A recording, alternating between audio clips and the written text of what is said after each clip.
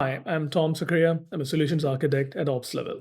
OpsLevel is an internal developer portal focusing on visibility, standards, and self-service. And actions are a key component of the third pillar, which is self-service. The objective of actions is essentially to improve efficiencies for developers or development teams by automating routine tasks such as provisioning an S3 bucket, creating a PagerDuty incident, or even creating Jira tickets directly from OpsLevel. So today we'll be doing a demo on actions and how we can use actions to create Jira ticket. Actions also allow you to add some amount of approvals, auditability, and help you to keep track of all the actions that were executed from one place. Going back to the demo, this is the dashboard in OpsLevel, and actions can be accessed from self-service. On the left navigation pane, you can go directly to actions there. What we are looking at today is the create Jira ticket incident.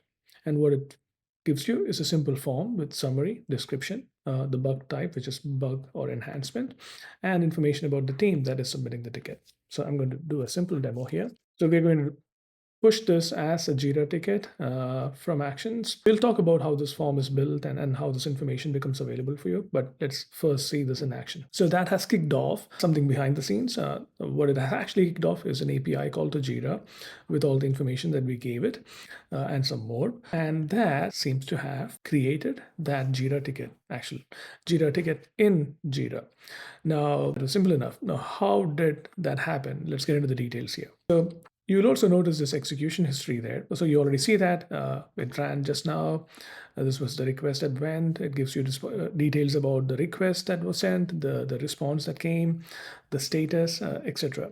So this allows you to keep track of all the requests that ran from one place, all the actions that were executed. Going specifically into the details of how this Jira ticket action is configured. This is where you can, oh, by the way, you can access it from the action itself directly, or you can go to actions from settings and go directly to that particular action to configure it. Now you'll see that you give a name, an owner, which is essentially a team who you want the owner to be, a description if you want that.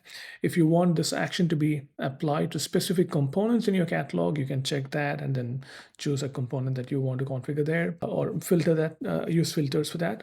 If you want a form like we did, this is where you would use this. The details are in our documentation around what is supported as part of the forms, but to give you a brief introduction into this, comparing that with the original form that we use, there is a summary, description, an issue type, and a submitting team that we used, right? The summary is simple text input. The description is text area, which gives you more text to input. The issue type and the submitting team are dropdowns. However, for the issue type, we used a hard-coded enhancement here, hard-coded values find in line there. While for submitting team, we used the binding of a resource. So you can bind teams, systems, domains, or infrastructure resources here, and that will automatically pull that information from OpsLevel and allow it to be shown as a drop-down. Again, all of this information is available in our documentation. Next comes the part around the webhook or the API that you want to call. You'll notice that we are calling Jira directly here. There is also authorization. You'll see that it is mapped to a secret. You can manage the secrets for the Jira auth or any other auth you want directly in OpsLevel, and that allows a secure configuration of that. The payload itself is mapped here directly. Some of those values you'll see are hard-coded, while some of those values are mapped from the input that was submitted as part of the form, and that allows us to send that information directly to Jira. In our example, it was a synchronous request, which means it went to Jira, we waited for the response. When we got the response, we provided the status.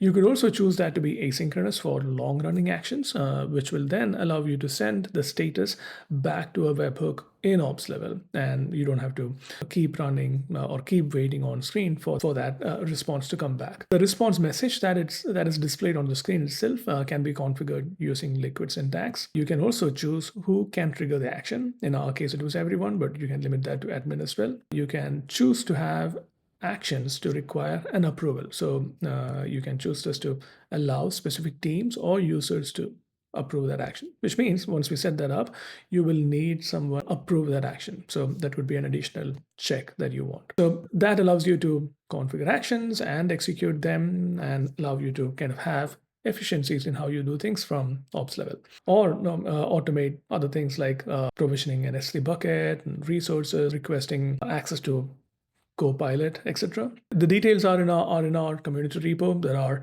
other resources as well in our community repo. Please feel free to use them. It'll also be great if you can make contributions. They are highly appreciated too. Hope you can make use of this demo. Thank you.